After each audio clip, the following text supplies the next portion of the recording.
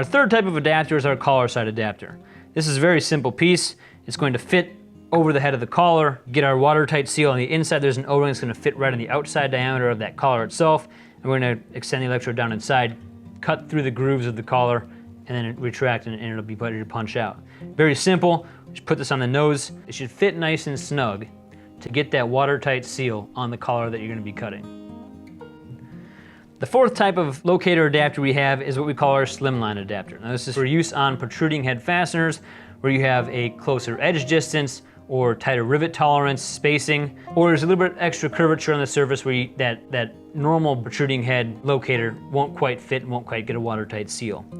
This has the bushing, guide, and O-ring all integral to the nose piece adapter. This is a much more custom fitting. This is something that you will need to come to us with sample coupons of those fasteners. We'll form fit them, put the correct guide in, do some test cuts, and send you back the correct parameters and this nose piece for that fastener.